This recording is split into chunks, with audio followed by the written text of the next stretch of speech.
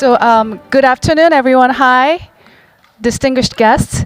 Welcome to the side event of World Heritage Category 2 Center's joint seminar. My name is Harry Shim from WHIPIC, International Center for the Interpretation and Presentation of the World Heritage Sites. This seminar is titled Interpreting Heritage, Connecting the Past with the Present, Regional Cases. So we would like to share some of our latest research and also the Category 2 Center's collaborative project on different regions. So if you're curious about what heritage interpretation is and also considering planning one for your site, I think you're in the right room. So we hope this seminar will help you better understand the heritage interpretation and also support your heritage management. So without further ado, I would like to invite Dr. Jyoti Hosagraha, the Deputy Director of World Heritage Center, for her opening remarks. Jyoti, the floor is yours. Thank you very much. Dear Mr. Choi Young-chon, Administrator of the Cultural Heritage Administration of the Republic of Korea, dear Mr. Hong Chang-am, Director General of the International Center for the Interpretation and Presentation of World Heritage Sites, distinguished guests, ladies and gentlemen. It is my pleasure to welcome you to this side event on interpreting heritage, connecting the past with the present regional cases. This event is graciously hosted by the International Center for the Interpretation and Presentation of World Heritage Sites, or WHIPIC, together with the African World Heritage Fund, the Arab World Heritage Center, the Asia Pacific World Heritage Education and Research Center, and the Lucio Costa Regional Training Center for Heritage Management. Today, we would like to reflect again on how heritage interpretation is in terms of preserving world heritage.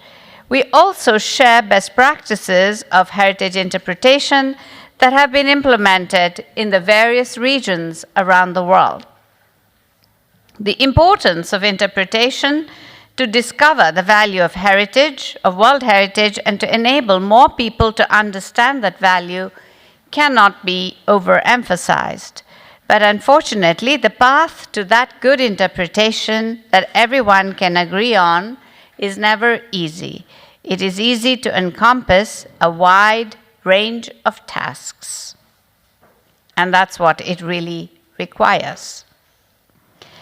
We must foster experts in each region who can properly study and interpret World Heritage Sites and establish interpretation strategies that can embrace the various values of World Heritage and create an implementation system so that strategies can actually be applied in the field. In addition, we must constantly communicate and share information so that the interpretation processes can become a process of empathy and harmony for all of us. The International Center for the Interpretation and Presentation of World Heritage Sites has been carrying out these tasks under the banner of values such as diversity, respect, communication, cooperation, and participation. I'd like to extend my sincere appreciation to the Center for their remarkable dedication and efforts.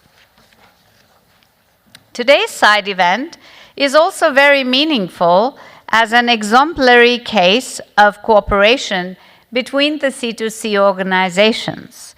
Organizations from Africa, the Arab countries, Asia, South America have come together to create a best case of interpretation through strong cooperation to showcase the best cases. This will be a model for many other C2C organizations, and I would like to express my heartfelt gratitude to all the organizers and the participants today. Finally, I encourage all participants to engage actively and share your experiences and contribute to a meaningful dialogue.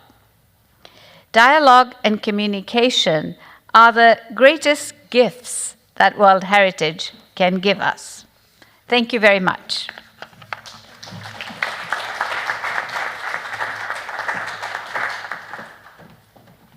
Thank you, Jyoti, for the heartwarming remarks. Now I would like to invite Mr. Chang Nam Hong, the director of WHIPIC, for his opening remarks. Thank you.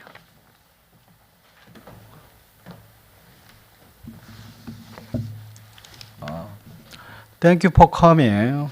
Good afternoon. I'm Chang Nam-hong, Director General of WHIPIC. It is a great pleasure to welcome you to side event, Interpreting Heritage, Connecting the Past with the Present Regional Cases. This event has been jointly prepared by WHIPIC together with AWHF, the former Arab Regional Center for World Heritage, WHITR-AP and CLC, bringing together the efforts of Category 2 Center across regions. We have explored inclusive heritage interpretation together and shared it through education and research, tailored to the specific needs and circumstances of different regions. Interpretation connects the past and the present and serves as a powerful tool for engaging communities and embracing diverse voices. The regional case studies shared today offer valuable insights into how interpretation is being applied in practice and how we can continue to grow through international cooperation. I would like to express my sincere thanks to all the speakers and colleagues who contributed to making this gathering possible. I hope this session will be meaningful and inspiring all of you. Thank you once again for your participation.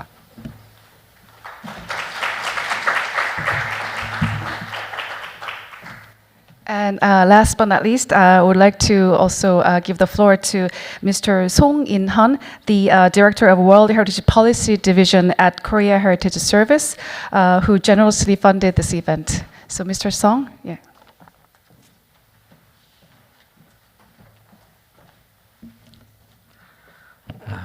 Distinguished participants, good afternoon. I'm In-han Song, the Director of World Heritage Policy Decision at the Korea Heritage Service of the Republic of Korea. It is my great pleasure to join you at this site event held in conjunction with the World Heritage Committee section. The Korean government has been supporting various projects to effectively protect World Heritage sites.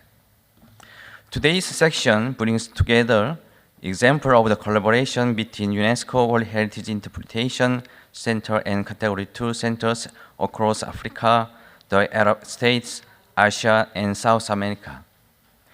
At the heart of this collaboration lies the power of the interpretation. It serves as bridging across languages, culture, and religions, and fostering mutual understanding and shared appreciation of the universal value of World Heritage.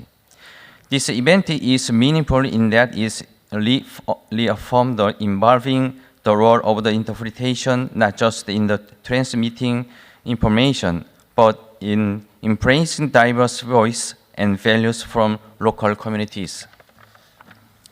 The interpretation of heritage is defined as in meaning-making process through communication, participation, and experience. I hope this event reaffirms that interpretation is not only a political tool for heritage conservation, but also a global platform for fostering understanding across regions. Lastly, I extend my sincere appreciation to UNESCO, WHIPIC, and all partner institutions who made the gathering possible. Thank you very much.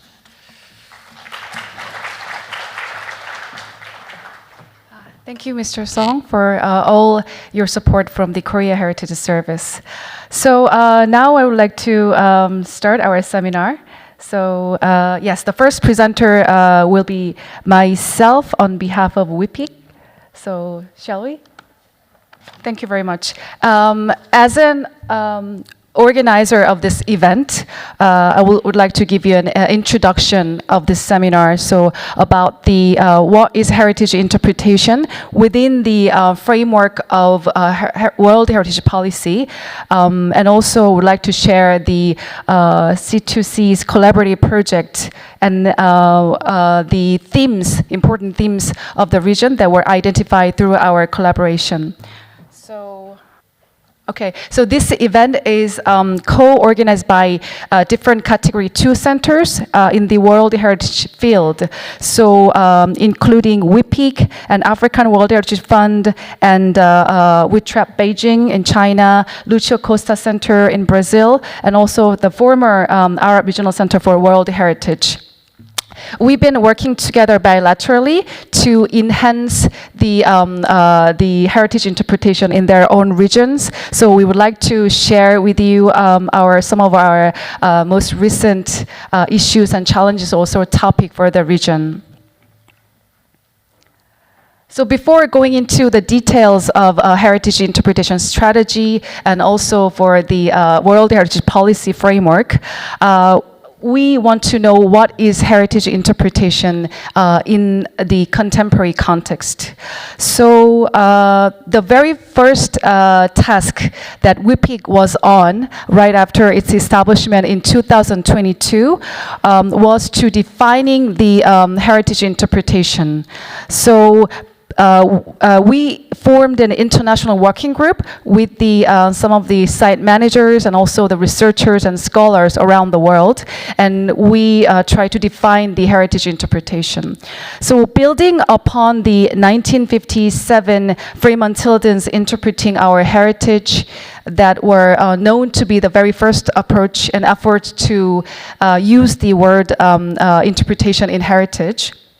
And also for the 2003 ICOMOS's Charter for the Interpretation and Presentation of the Cultural Heritage Sites, WHIPIC tried to embody the new meanings of heritage interpretation in this era.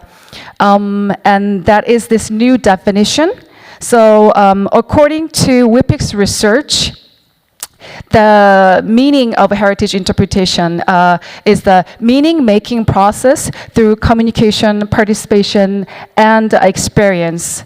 And the heritage interpretation is a range of methods of interpretation delivery or communication for enhancing experience, raising awareness, and understanding and inspiring engagement for heritage places. So this means heritage interpretation now is not unilateral, not expert-centered anymore. And we reckon a visitor as a meaning maker rather than a meaning taker. So that was the notion of heritage interpretation. And now we want to know how this is reflected within the World Heritage Policy framework. I would like to look at the operational guidelines. So it was 1996 when the committee made a decision for the first time, so which required the state parties to demonstrate how their sites would be presented and promoted. So it initiated the process of interpretation planning to become a significant part of the World Heritage Management Framework. The next year, it was reflected in the format and the content of the nomination. And in 2003, the very first actual recommendation was made from the ICOMOS to the cultural site, landscape site in Africa.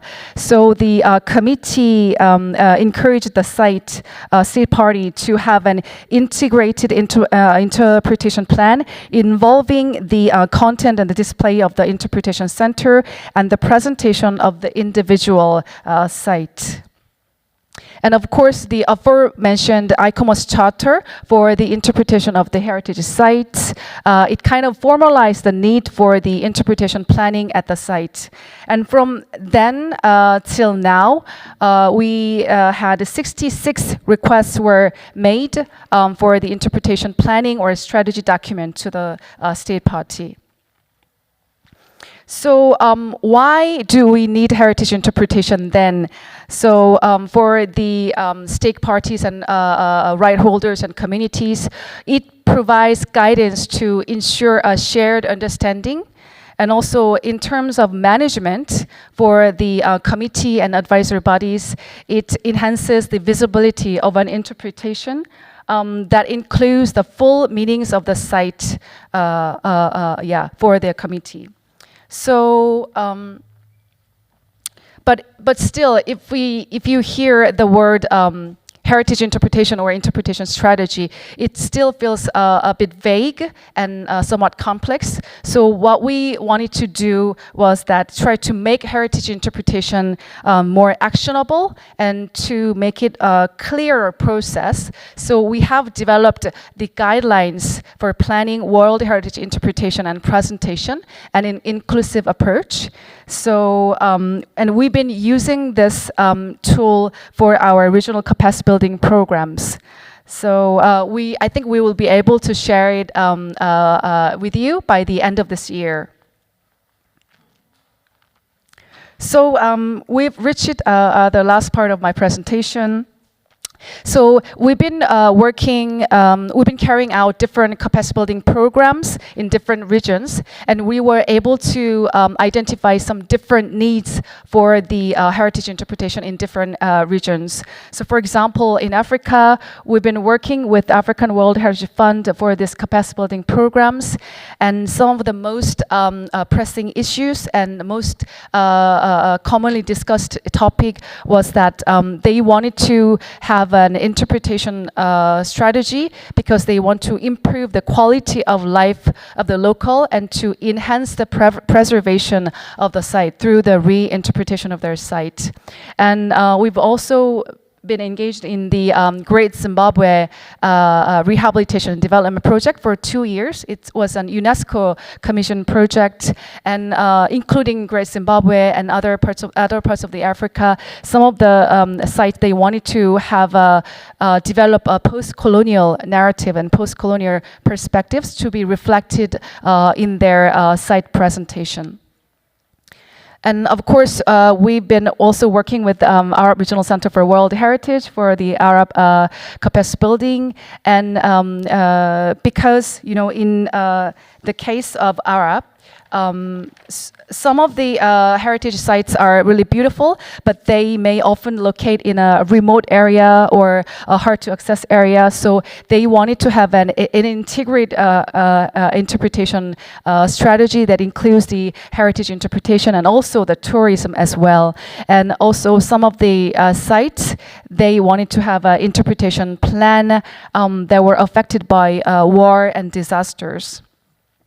And for the East Asia region, we've been working with WHITR-AP Beijing last year for the capacity building programs. And in East Asia, due to the high visibility of the intangible cultural heritage, there is a growing need for the synergy between the intangible and tangible cultural heritage sites. So that was a topic that we did for the capacity building programs. And also because some regions regions in East Asia, they have a top-down administration for the heritage management. So there's a big need for how to invite community for their heritage management. So that was also the topic for the East Asia heritage interpretation capacity building. So that was my short introduction of the seminar. So thank you very much for your interest. Thank you very much. And I would like to invite our next presenter, Dr. Albino Jopella. Yes, the Executive Director of African World Heritage Fund.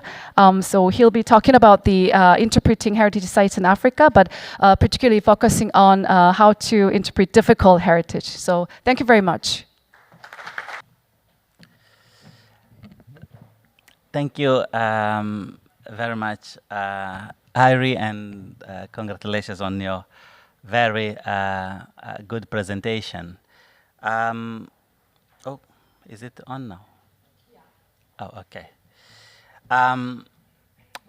Your Excellencies, distinguished delegates, I would like to sincerely thank the Director General of WHIPIC, Mr. Shangman Hong, for this kind invitation, but also for the close partnership that we have enjoyed since signing our Memorandum of Understanding 2 years ago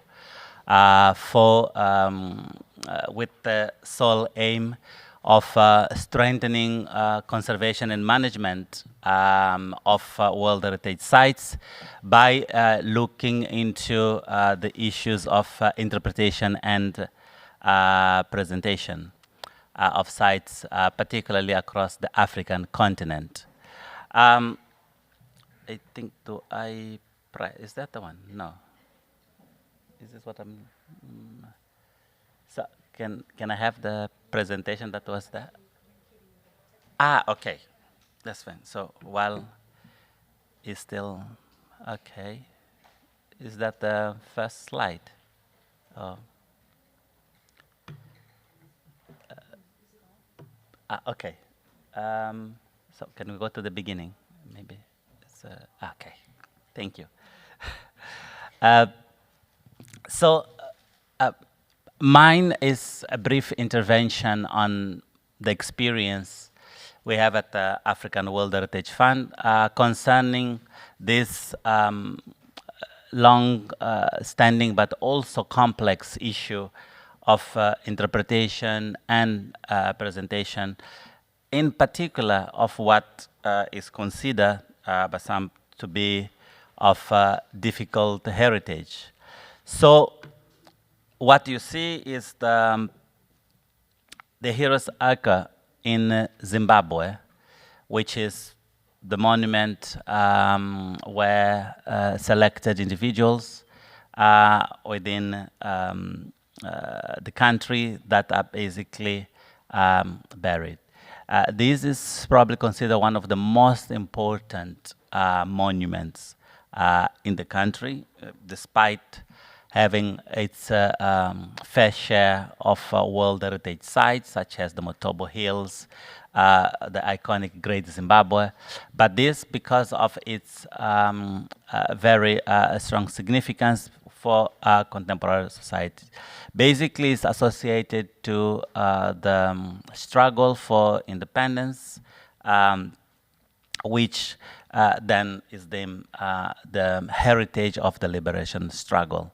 Now, this is one of the examples across Southern Africa, which is essentially a landscape that is marked by history and markers of the struggle against colonial occupation and system, and basically across Southern Africa, that is one of the common themes, and I'll come back to this point later. Here we see more or less fortified island of Mozambique, in northern Mozambique, which is also a World Heritage Site, which is inscribed mostly for its role in allowing the European expansion in the 16th century from Western Europe to Asia, and basically a point of settlement by the Dutch, French, Portuguese, and later the Portuguese to a great extent colonize the island. So today you have this mezcla or mixture in terms of previous occupation that is reflected in the historical urban landscape, and also the mix with the local population. However, the framing of the outstanding OUV is often interpreted as this significance of the island in terms of the maritime expansion, and there is virtually nothing about the other significance of the island for the local population. And as one visits the island, you will find that, for instance, a number of museums basically display all the symbols and idols of the former colonial regime. And perhaps one of the most known examples in the World Heritage system is Robben Island. Although the formulation of the outstanding universal value of the island is presented as a multi-layered place, for the South Africans, that is the place of incarceration of Nelson Mandela. And that's basically what its meaning derives from. And recently, one would then also agree that the place and the history and its nature of this island will then fit with what, within the context of the World Heritage Convention, came now to be known as sites associated with memory of recent conflict, which basically is the struggle against apartheid in South Africa. And more recently, because the Robben Island was inscribed back before let's say, the canonization of this term, but more recently, then we have the specific case of the genocide memorial sites of Rwanda, where it's a series of 4 properties, a serial of 4, which is basically inscribed for as a testimony not only to the events associated to the genocide, but also the sense of the overcome of a nation and the call for unity after such tragic events. So what we have across the board is that either one looks at the sites that have already been inscribed in on the World Heritage List for, let's say, the island of Mozambique, on a completely different narrative that may appear to be not related to anything negative, because one can talk about the maritime history. But those are exactly the same spaces, for instance, that each development of this island was basically at the back of the slave trade for at least 2 centuries. And that is basically a very modest representation of that part of the history, and the focus of the interpretation of the island does not basically accommodate much of this element, nor the more recent calls for the local community's views and interpretation on the site. But apart from this, one of the great challenges that we found is that as we look into, for instance, the tentative lists across the continent, we do find more and more of the so-called sites associated with memories of recent conflicts. For instance, you will find the site of Terrafal in Cape Verde, which is an imprisonment site. You'll find the site of Quito Carnaval in Angola, which is this one of the iconic places of a battle site within the Cold War, which basically paved the way to the independence of Namibia and much of South Africa. So the challenge in finding the frameworks and strengthening our capacities in terms of heritage professionals, not only to approach the upcoming sites, but also to provide a more inclusive framework for the interpretation and presentation. That is basically has been at the core of our partnership with WHIPIC, and we're very proud that we have in the last 2 years, first in 2024 in Namibia at the South Fontaine, and last year hosted by Rwanda, where we could look into the first attempts to look into those very complex and deep issues across the continent. And we look forward to continue this partnership as we implement our third cycle of this collaboration looking at different thematics. So I would like to sincerely thank our partners in this endeavor, but also the support from the state parties. And this work has really allowed not only to increase the number of heritage practitioners that have been trained, over 40 practitioners, but also addressing the issues of interpretation and presentation within the context of improving conservation and management of World Heritage of at least 20 sites across the region. So we're really grateful for this collaboration, and we look forward to continue working with WHIPIC in this endeavor. Thank you so much.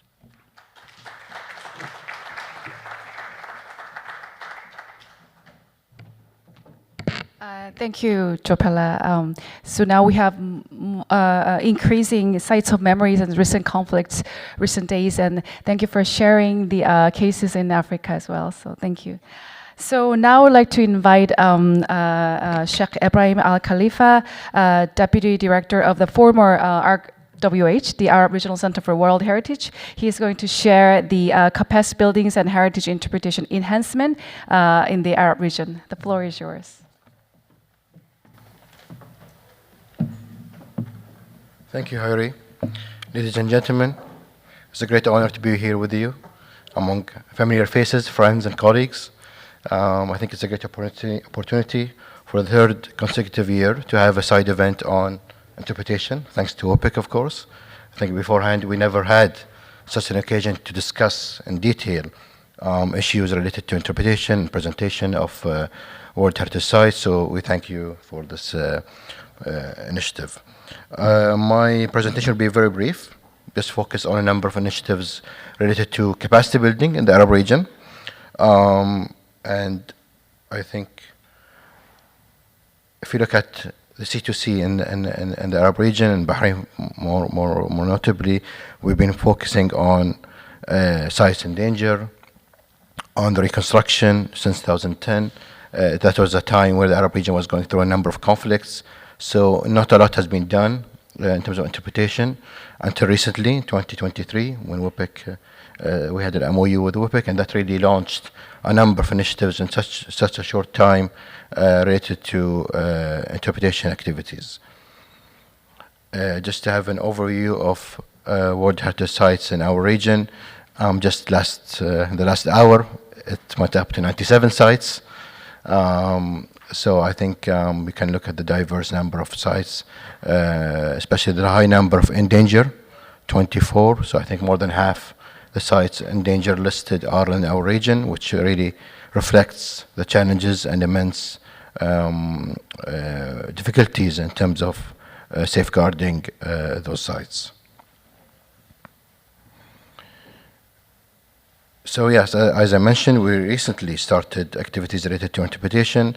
In Tunisia, on the site of Dugga, we had a number of online workshops to engage with local communities, to have an inclusive approach and management of the site, and to make sure that we find the right balance between development and safeguarding of the site.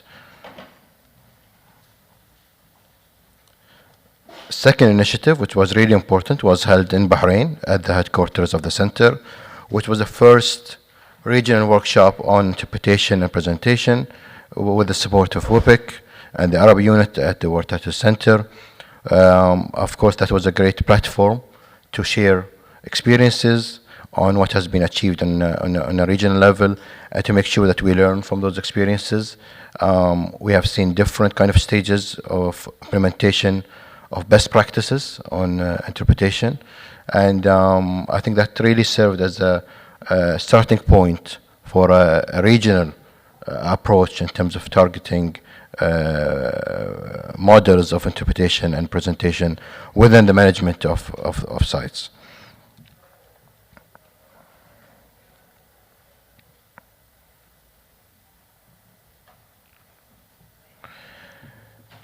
And very recently, I think with the support of UNESCO and the World Heritage Center, where they organized with RCU, Royal Commission of Al-Ula in Saudi Arabia, a program in terms of planning interpretation for Hijra, archaeological site. And this three-phase program with the inclusion and participation of WHIPIC and AWH was a great opportunity to come up with a model, with a case study, serving as Al-Ula being a great, I think, case study for our region, both in terms of opportunities, but also the challenges that it presents. So I think this is still ongoing, and it will be interesting to see the results that come up out of this very important case study. I think also in terms of the online workshops with Saudi Arabia, with the Heritage Commission, we had the first initiative to include interpretation planning within a nomination, which was unheard of in the past, to have a section dedicated to interpretation planning within the nomination, and this site was on transboundary nomination of Iraq and Saudi Arabia, Darb Zubaydah. So it's still undergoing, and I think that it will be interesting also to learn from this experience to make sure that we ensure that in future nominations we always integrate interpretation planning within early stages of the nomination process. The side event last year and during the World Heritage Committee in India also highlighted understanding of interpretation strategy and also presented some case studies. So I think our side event today is also a continuation of those efforts. And I think also the partnership with Africa was really an important aspect to really bring together experts from both the Africa region and the Arab region, especially that the periodic reporting cycles already highlighted a number of similar challenges in both regions. So I think it made sense to bring together both experts and to discuss the mutual cooperation. I think from our experience in terms of capacity building, and since 2023 until today, I think identified a number of challenges and key points that we have learned. I think you're finding the right balance between development and conservation. Also making sure that we can incorporate interpretation planning within conflict and war disaster, especially during post-conflict, including community and stakeholders engagement during that process. I think is also very important and essential. Ensuring accessibility and having this inclusive approach to make sure that the sites, even if they are remotely inaccessible out of the cities, but at least through proper interpretation, we can engage with visitors and tourism as well. I think interpreting serial properties, I think currently in our region we have no transboundary sites.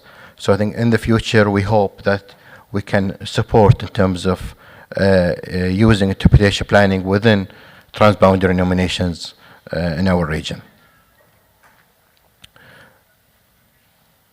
I think in last June, AWHF also participated in an inclusive interpretation and presentation of World Heritage Sites in Doha, in Qatar, at the UNESCO Regional Office, which was also a very important, I think, meeting.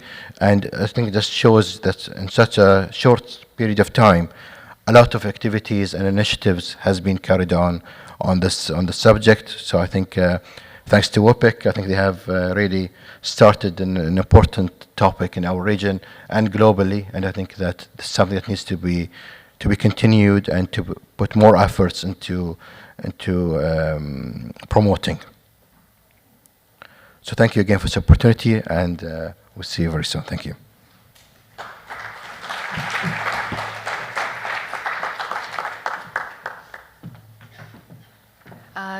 Thank you, Ibrahim. We, AWHF and WHIPIC, we had such a very important collaboration in the Arab region, and it recently extended to the Arab unit in the World Heritage Center as well. So thank you very much for your support. Yes. Next, yes, I would like to invite Dr. Kwang Han Lee, the Executive Director of the WHITR-AP Beijing. So she'll talk about the intangible and tangible cultural heritage synergies in East Asia. Thank you.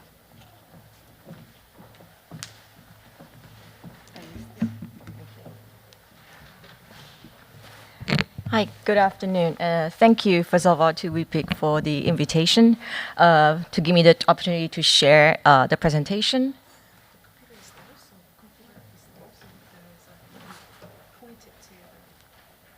Oh, okay. Yes. And today, what I'm going to do is I'm not going to present actually a comprehensive overview of everything that's happening in East Asia, because I think that's another topic that can be covered for 10 minutes.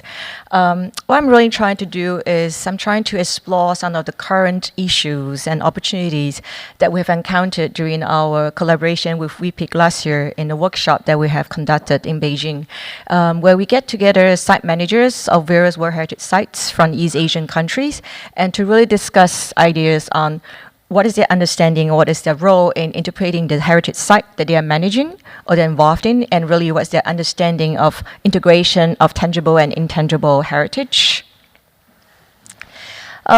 So just to give a little background. Oh, I'm sorry, I'm going to bring my computer because the words are too small for me to read.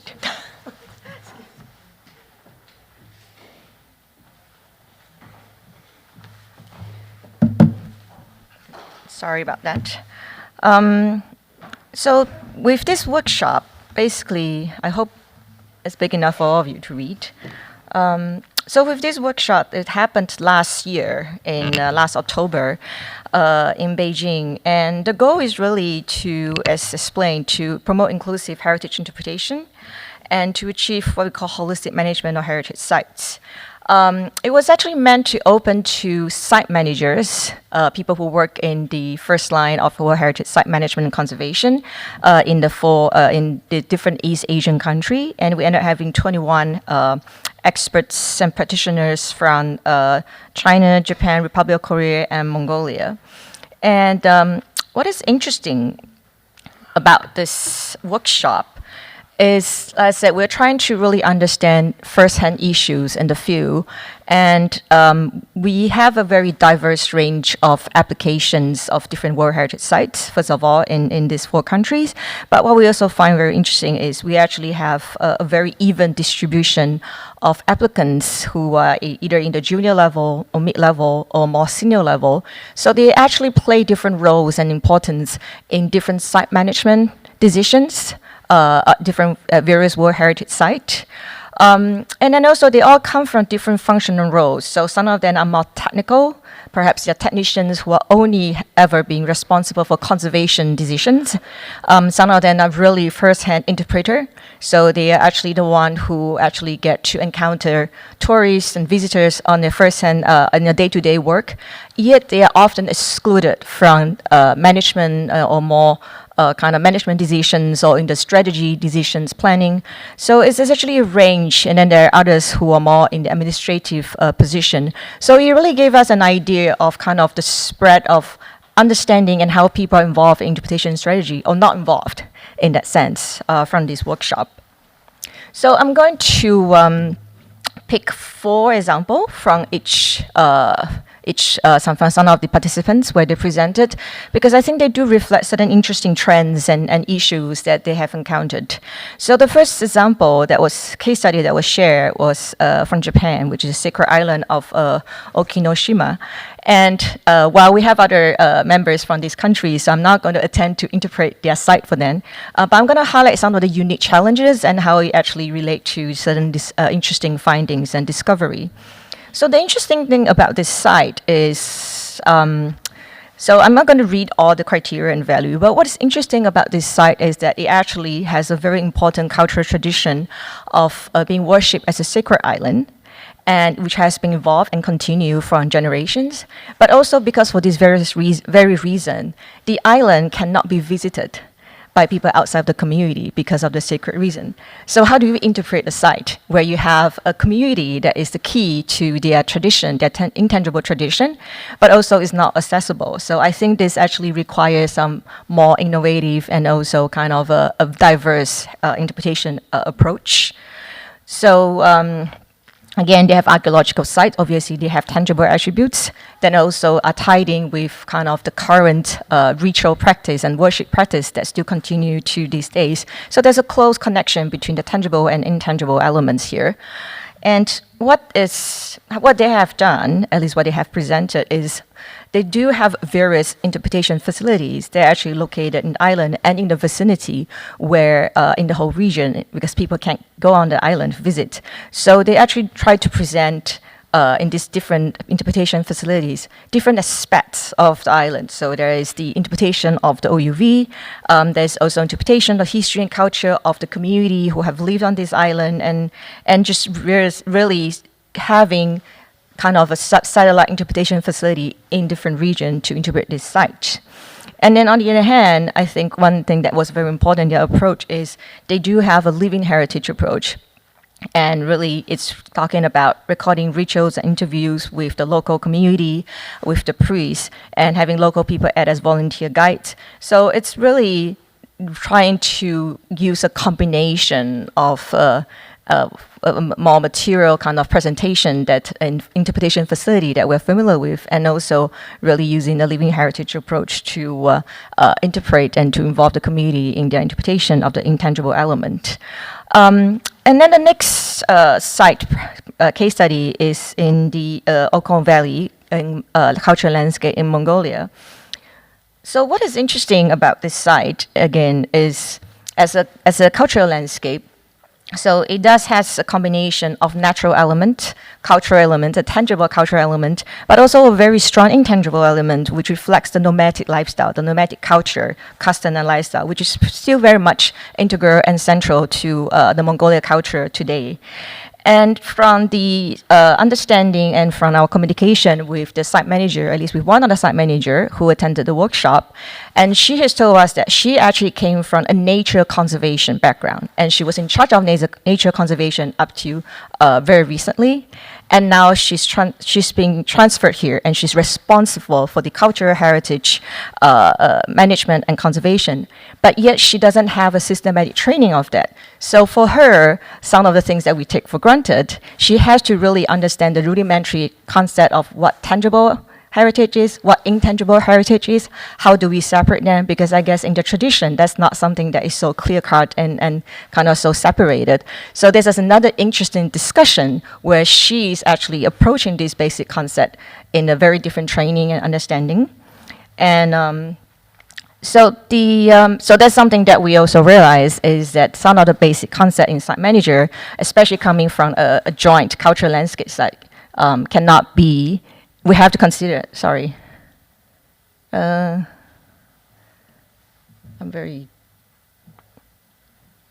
not tech savvy apparently. Yeah, so especially in a site like that combines nature, culture, and intangible, we have to rethink as well in our approach to training and also education awareness for the site managers because they might come from a different background.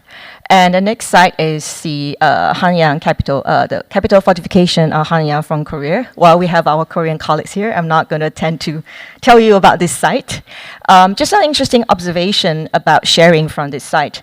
So coming from on a similar issue, but on a different challenge, different front. So the site manager who attended the workshop from this site, he's actually a technical guy. He's trained as an engineer, structural engineer. He's actually always been involved in the technical part.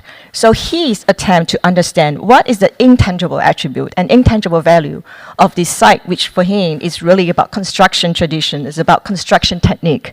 So he actually struggled to understand, going beyond his engineering mind, how do we interpret that, and how does that integrate with my technical understanding of this construction technology, which he thinks is the key value or significance to this site.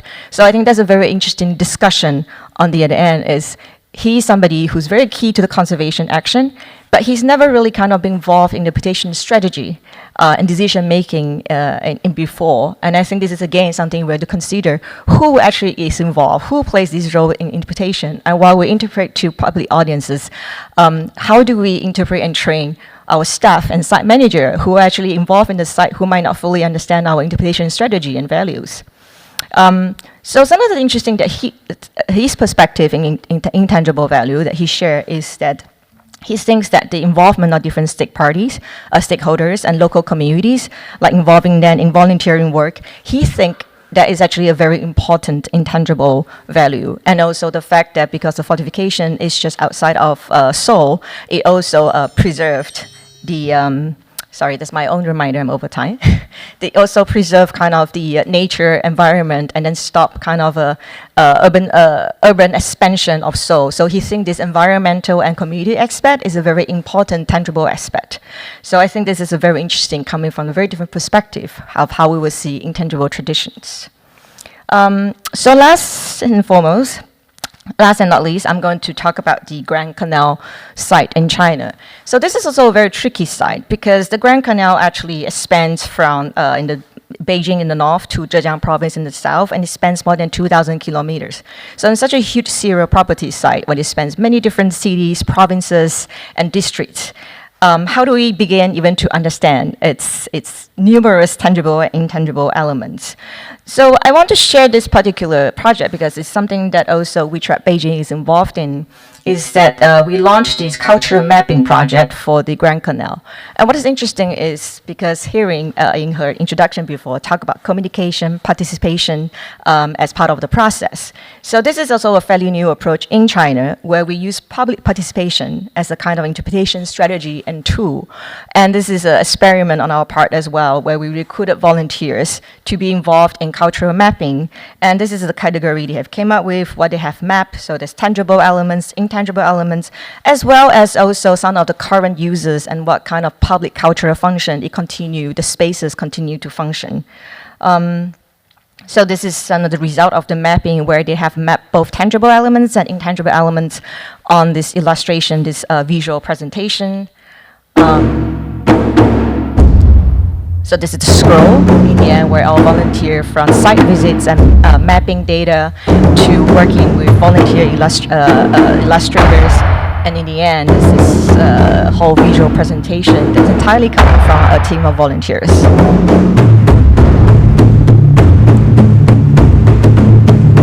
So due to time constraint, I'm gonna move on. So finally, also part of this project is we also have extended this as an educational program working with local high school. And then this really developing a curriculum with local high school students. How do they understand their World Heritage Site around them and how do they interpret it on their own? So this is actually an exhibition that came up from the end of this course that's completely curated by the students and the school. And this is their understanding of interpretation of the Grand Canal. So again, I think there are many varied presentations and interpretation strategies and approaches. And also there are many different interesting issues and challenges at different sites and also in different regions. And here is just really kind of a preliminary review of what we have learned from our workshop. And I look forward to further collaboration with WHIPIC and other partners and to explore the issues further. Thank you very much.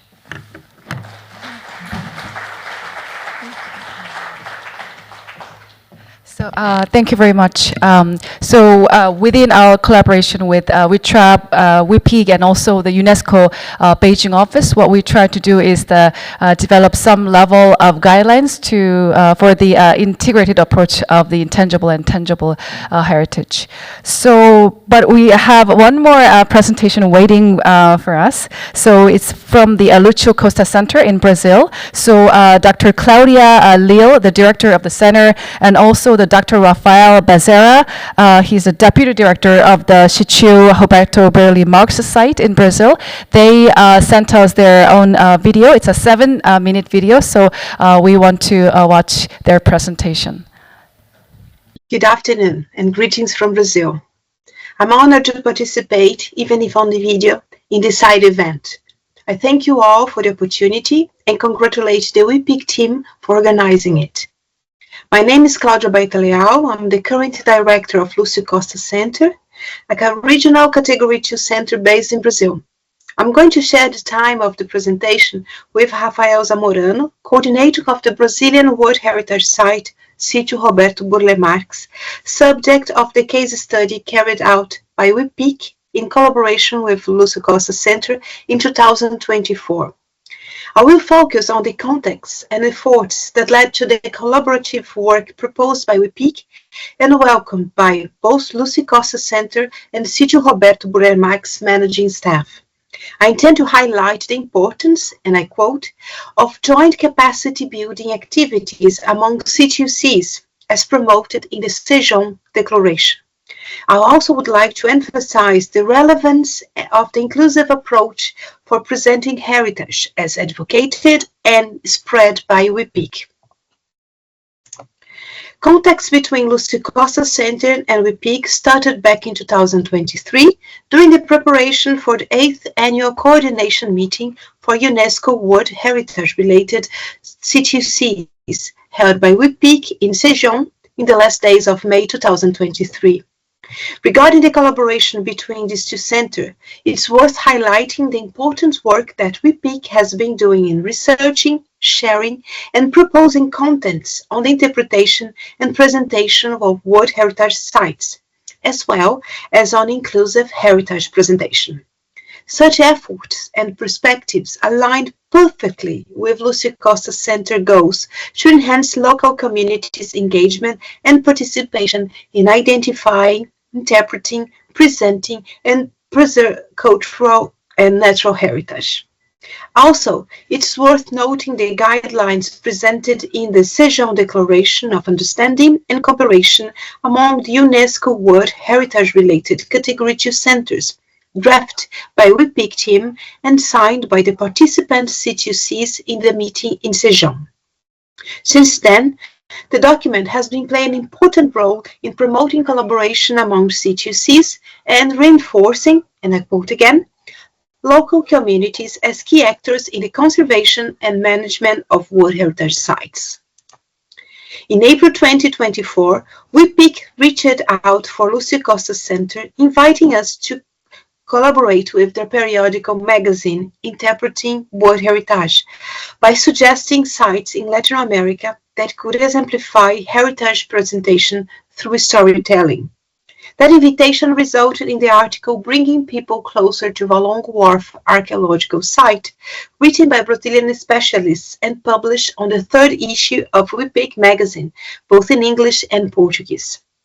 Simultaneously, WHIPIC and Lucio Costa Center started discussing about a collaborative project regarding a World Heritage in Brazil entitled Project for Inclusive Heritage Presentation Guideline.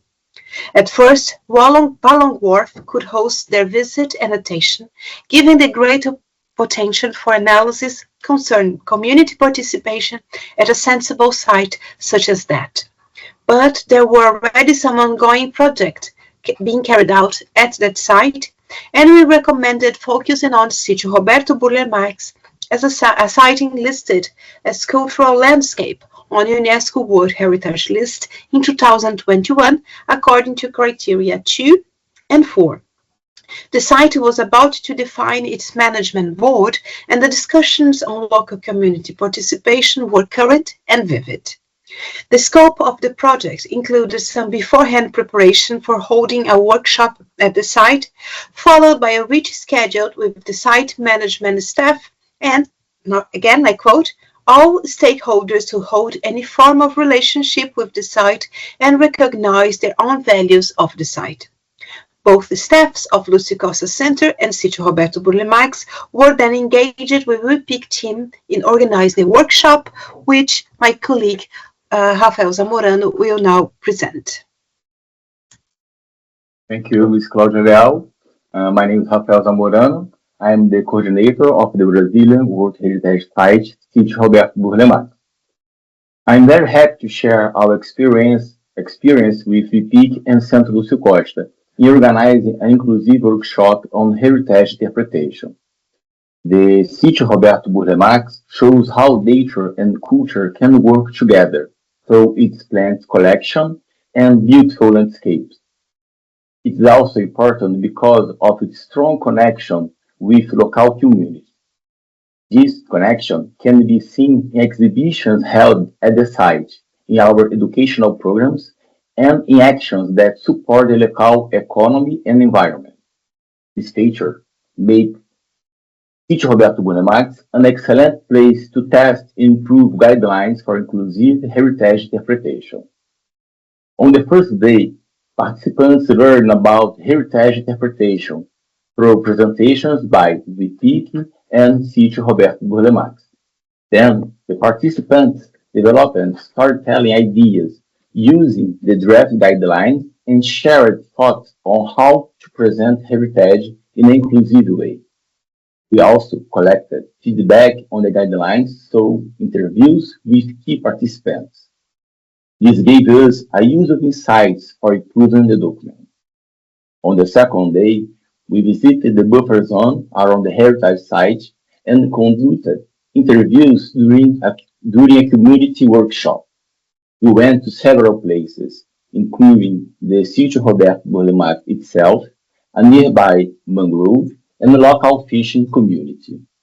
By speaking with community members and workshop participants, we made sure their voices were included in the interpretive and inclusive video animation about the site. On the third day, site managers and community members worked together to share their ideas and review the final plans for the interpretive materials.